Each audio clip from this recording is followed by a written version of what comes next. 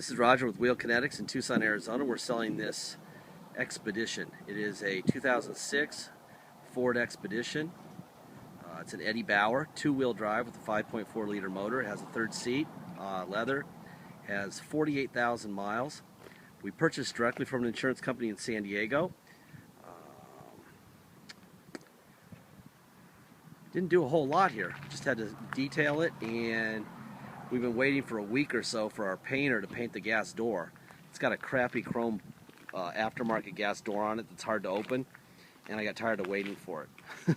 So we're going to do this video and tell you that it'll have a painted to match gas door that's better than that abomination it's got on it right now.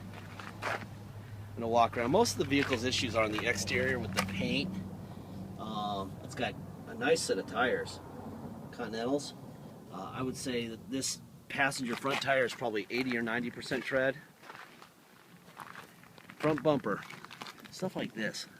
A little fading on top, a little scratch there.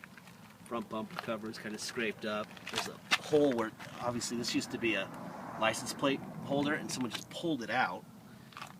So I guess you could probably cover it up by putting another license plate frame on there. It could use a little touch-up paint, obviously. That would make it about 97% better.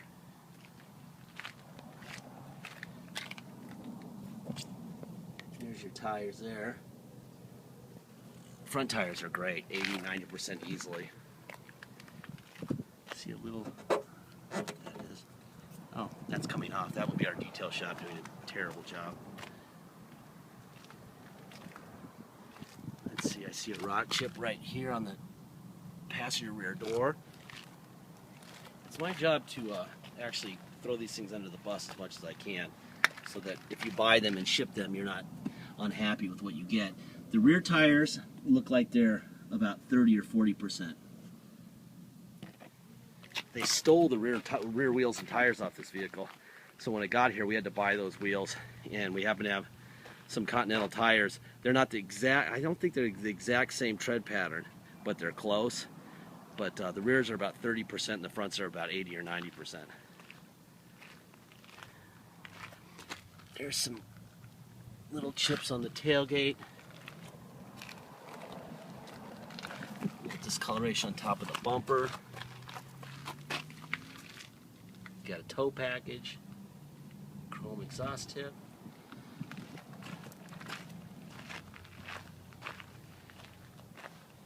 That's gone.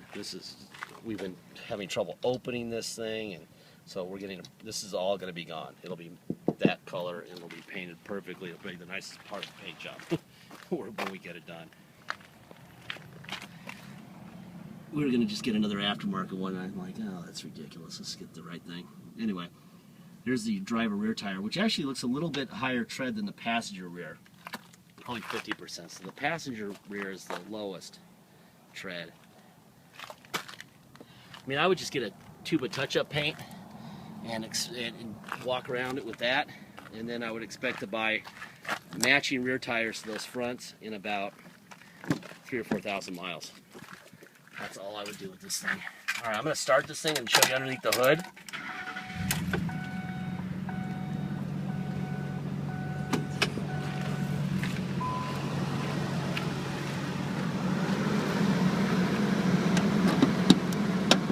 Ooh, that's hot. That's hot. All right, we do have a new battery in it. Fenders and everything the way they're supposed to be.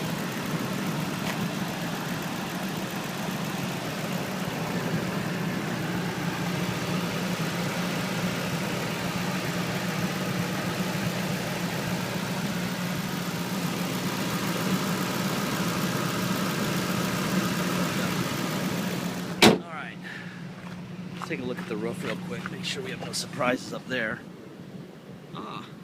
Looks like at one time it had a roof rack and somebody took it off for some reason, which is fine because last roof rack I ran through, the car wash got caught on those rags that flip around and yanked it off and tore the roof up, which never happens to anybody but me.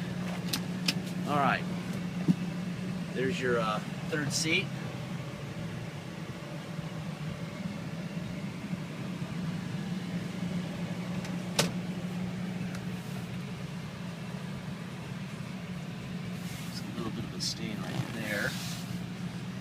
Carpet looks pretty good. See a little something right there. Let's see. Turn the air back here. Cup holder. We have your radio. I'm not even sure. I don't see any power coming to that, but I don't know if you have to have something on it with the front. Assume that doesn't work. If it does, it'll be a bonus. Let's see. That's blowing cold air. So the rear air conditioning does work. Alright, there's your passenger rear window.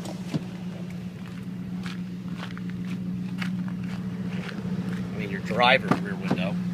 This is your passenger rear window, obviously.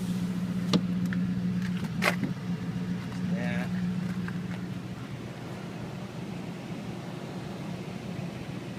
Headliner, you got some air vents there. Blowing cold air there. This thing must have been out in the heat. Well, that's hotter. That's hot.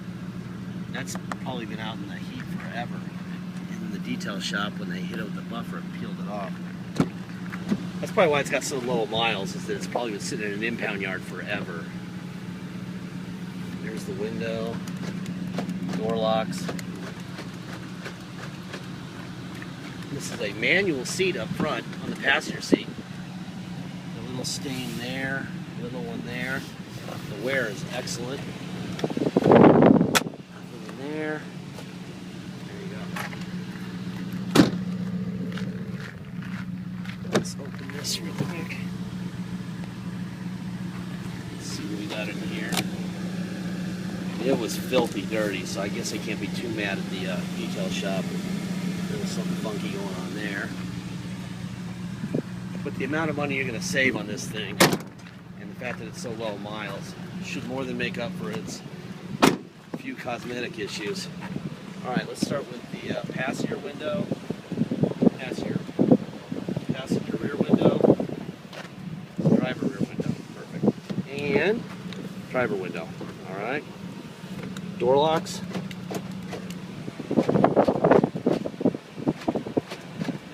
Alright, and let's try the mirrors, out, in, up, down.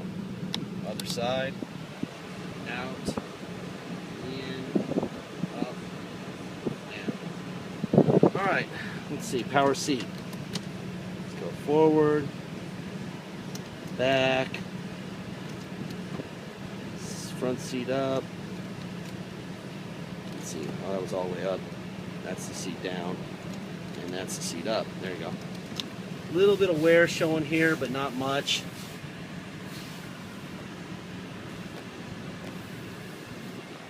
And the seat back. You can tell the detail shop was driving this thing because the seat's all the way back. Low riding, whatever they do. Alright, you got adjustable pedals. Let's go up, and we'll go down. Well, they move about an inch, so I don't know if that's such a big deal. Alright. My guys also tell me that the wheels that we replaced in the rear don't have pressure monitors. And we never buy pressure monitors, tire pressure sensors for any cars because they're junk. And I'm so tired of buying them. They're like 30 bucks a piece, installed at Discount Tires. Have at it. You'll find out the hard way that we'll end up doing it again and again and again. So anyway, that was that tire monitor message was on. It says both rear tires don't have them, and we're not doing that. Alright, let's see. Press clear. Press to clear. There we go. Just gotta know how to work it. 48,021 miles. There's your whole cluster. Let me see if I can get some information to come up here. Let's see. Press reset for, there you go. This thing's been running for quite some time. We have it running for about an hour before we did this video. And we've been up and down I-10 a couple times. And there's the message. That is not going away unless you get in here and hit the reset button or whatever you hit to make it go away. We are not dealing with those. I'm never buying another tire monitor again. For 120 years we did tires with our eyeballs. That's my approved tire method. Alright, air conditioning is blowing fine. Down, down, down, down. Perfect. Radio.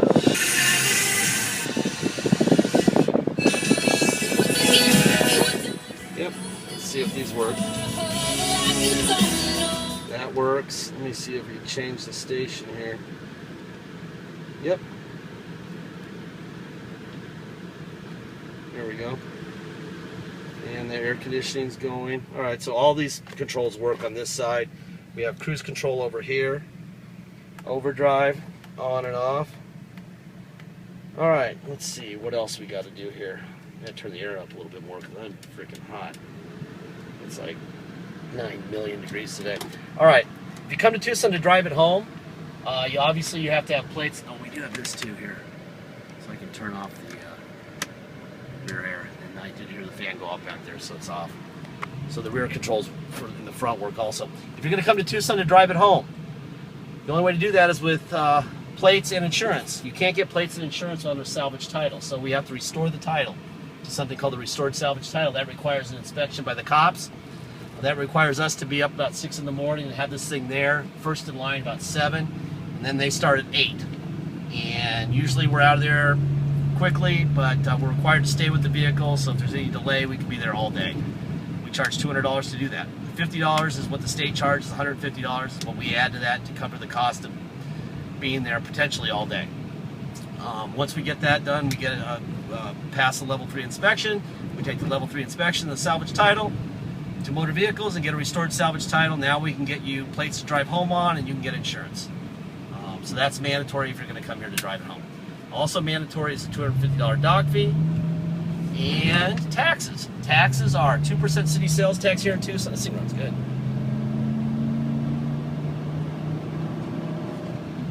Nice, really nice ride. 2% city sales tax here in Tucson, plus whatever your state tax rate is. So if your state tax rate is 3% and you want to come here and drive it home, you're going to pay a total of 5% taxes, $250 dock fee, and $200 to restore the title. If you pay by wire and ship, all you're going to pay is the agreed upon price. That's it. And if you want us to restore the title, add $200. I strongly suggest that. I'm going to start from 0 here.